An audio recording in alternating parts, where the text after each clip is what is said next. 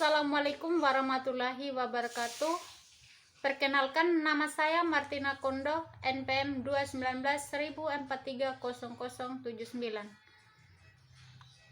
kelas 2019B. Nah, di sini saya akan menjelaskan mengenai peran Inggris dalam Perang Dingin.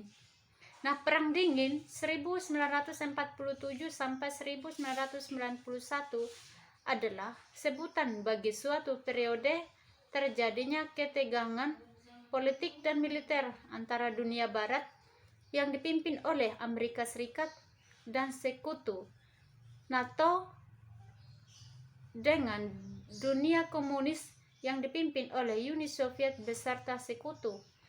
Nah, negara-negara satelitnya. Perang Dingin merupakan sebuah persaingan ideologi yang terjadi antara Amerika Serikat dan Uni Soviet dalam memperebutkan pengaruh negara-negara lain.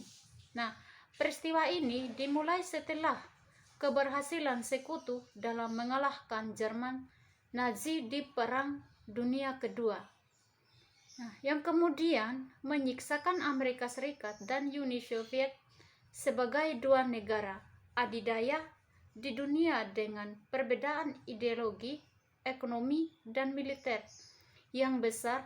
Uni Soviet bersama dengan negara-negara di Eropa Timur yang didudukinya membentuk Blok Timur. Proses pemulihan pasca perang di Eropa Barat difasilitas oleh program rencana Marshall Amerika Serikat. Nah, dan untuk menandinginya, Uni Soviet kemudian juga membentuk Comecon bersama sekutu. Timurnya, Amerika Serikat membentuk aliansi militer NATO pada tahun 1949. Sedangkan Uni Soviet juga membentuk Fakta Warsawa pada tahun 1955. Beberapa negara memilih untuk memihak salah satu dari dua negara adidaya ini, sedangkan yang lain memilih untuk tetap netral dengan mendirikan gerakan non-blok. Peristiwa ini dinamakan Perang Dingin karena kedua belah pihak tidak pernah terlibat dalam aksi militer secara langsung. Namun masing-masing pihak memiliki senjata nuklir yang dapat menyebabkan kehancuran besar. Nah,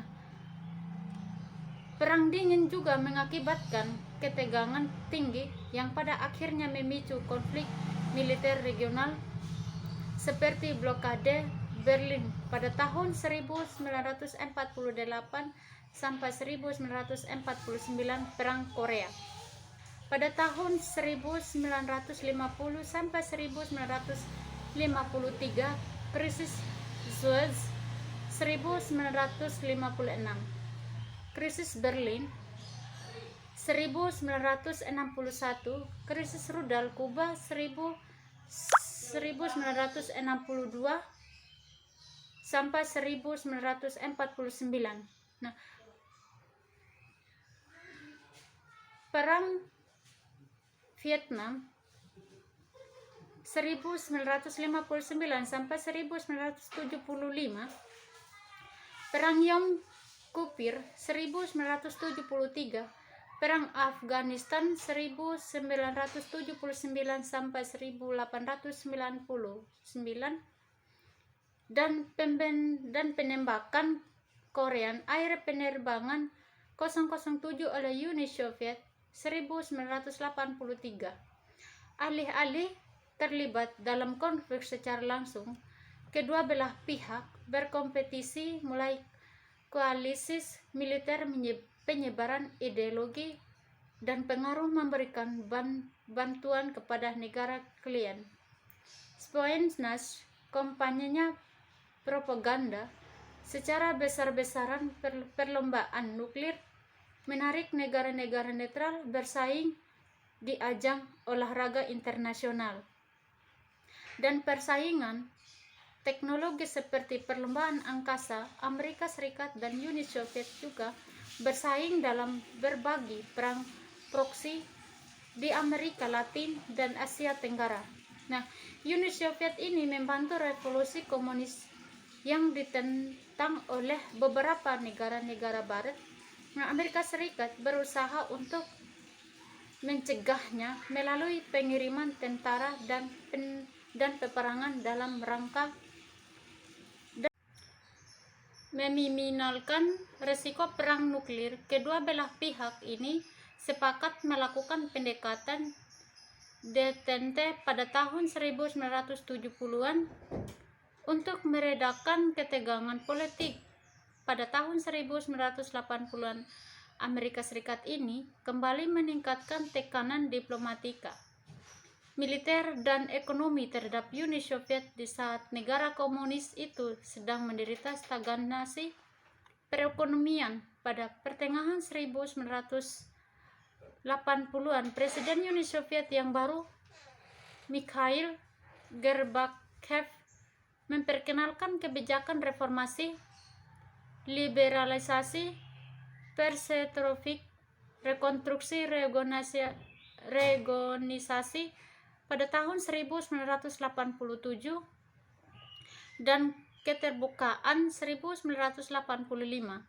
Kebijakan ini menyebabkan Uni Soviet dan negara-negara satelitnya dilanda oleh gelombang revolusi damai yang berakhir dengan runtuhnya Uni Soviet pada tahun 1991 dan pada akhirnya menyiksakan Amerika Serikat sebagai satu-satunya negara adidaya dunia. Perang dingin dan berbagai peristiwa yang menyertainya telah menimbulkan dampak besar terhadap dunia dan sering disebutkan dalam budaya populer, khususnya dalam media yang menampilkan tema spionase dan ancaman perang nuklir.